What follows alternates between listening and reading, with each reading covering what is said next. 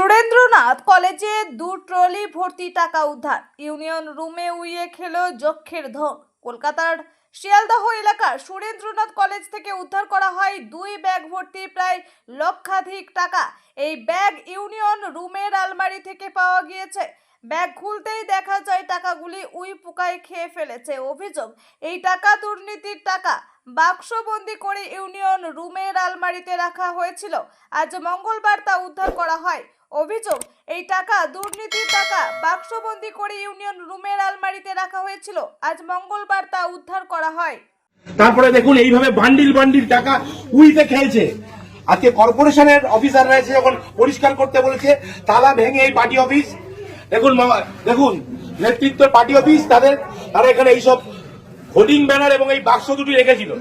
আজকে এখানে তালা ভেঙে এখানকার কর্মচারীরা, এখানকার সাফাই কর্মচারীরা, এখানকার অধ্যাপকদের অনুমতি নিয়ে এগুলো উদ্ধার করেছে। আপনারা দেখুন কি পরিমাণ টাকা, 100 টাকা 500 টাকার বান্ডিল উই পোকায় খেয়েছে। এই টাকার উৎস কি আমরা জানতে চাই। এই টাকা কারা? দিনের পর দিন এই কলেজে যারা দুর্নীতি করেছে, এই কলেজে যারা দিনের পর দিন ধরে দুর্নীতি করেছে, এই কলেজে দিনের পর দিন যারা টিচিং স্টাফদের ঠকিয়েছে, প্রফেসরদের সঙ্গে গুন্ডামি করেছে, তাদের প্রত্যেকের টাকা এটা। এবং এই টাকা কোথা থেকে এসছে তারও উত্তর দিতে হবে। আমরা আজ পুলিশ ডেকেছি, মিডিয়াকে আমরা খবর দিয়েছি, তারা আসছে, এগুলো তারা সিজন করবে, এগুলো তারা নেবে এবং তাদের প্রত্যেকের জন্য সাজা হবে। এবং আমরা যত ওপর পর্যন্ত যেতে হয়, আমরা যে একটা শিক্ষা প্রতিষ্ঠানে, এটা কি কোনো মন্ত্রী খাদের তলা?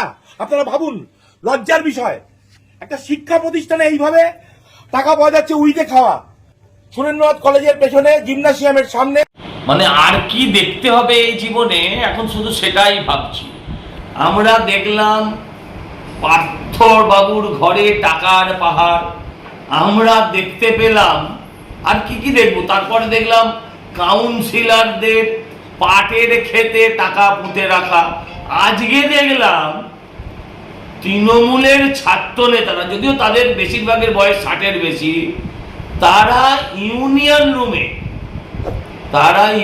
রুমে আলমারির ভেতর লাখ লাখ টাকা, এবং সেই টাকাও উইয়ে খেয়েছে। ভাবতে পারেন কত টাকা থাকলে পরে টাকা উইতে খায়। এর আগে আমি দেখিয়েছিলাম এই কলেজের, এদের ইউনিয়ন ফান্ডে, কলেজের ফাংশন ফান্ডে 1.5 কোটি টাকার বেশি এখন অব্দি ডিপোজিট আছে।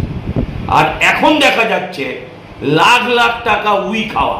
এবং এই সমস্ত টাকা জনতার, এদের গরিবের টাকা, ছেলেদেরকে ভর্তির টাকা। যেখানে যেমন চাকরি দুর্নীতি দেখেছেন, টাকা নিয়ে চাকরি হয়েছে, ঠিক সেরকম ভাবে এই সমস্ত কলেজগুলোতে লাখ লাখ টাকার বিনিময়ে, লাখ টাকা কম বললাম, কোটি টাকার বিনিময়ে এই সমস্ত কলেজগুলোতে এরা ভর্তি বিক্রি করেছে। আর এদের সঙ্গে মাথা থেকে পা অব্দি যুক্ত।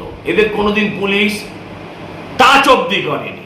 এদের জন্য, এদের টাকা নিয়ে ভর্তির কারণে একটি মেয়ে সুইসাইড করেছে।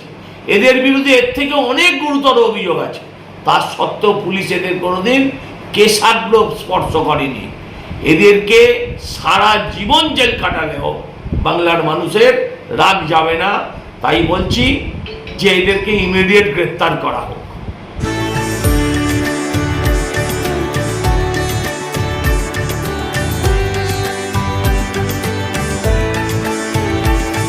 যদি এখনও আমাদের খবরের দর্পণ চ্যানেলটি সাবস্ক্রাইব না করে থাকেন, তাহলে এখনই সাবস্ক্রাইব করুন, সঙ্গে বেল বাটনটি ক্লিক করুন আর পেয়ে যান সব খবরের দ্রুত ভিডিও আপডেট।